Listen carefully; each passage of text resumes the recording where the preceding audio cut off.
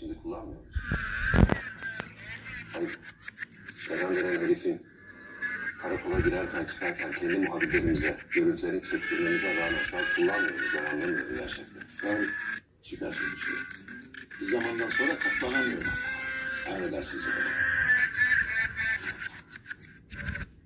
Fatoş Hanım. Kenan Baran'ın karakola giriş çıkış kasetlerini siz koruyun. Senin kontrolün altında olsun. Bunlar beceremezler korumayı. İhtiyacı olursa Kenan istediğimiz yoldan çıkarsa bunları kullanacağız. Al.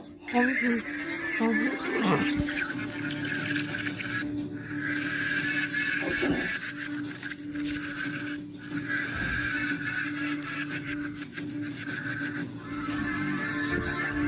Siz çıkabilirsiniz. Elinize gidin. Öyle mi? Benim burada işim bitti. Eve geçeceğim. Sen de eve gideceksin. Anneni ziyaret edeceksin. İşin rahat etsin. Şoför seni götürecek. Teşekkür ederim. Sağ olun. Ama o sefere gerek yok yani. Onun da zahmet olmaz. Onun görevi bu. İşi bu. Mecbur.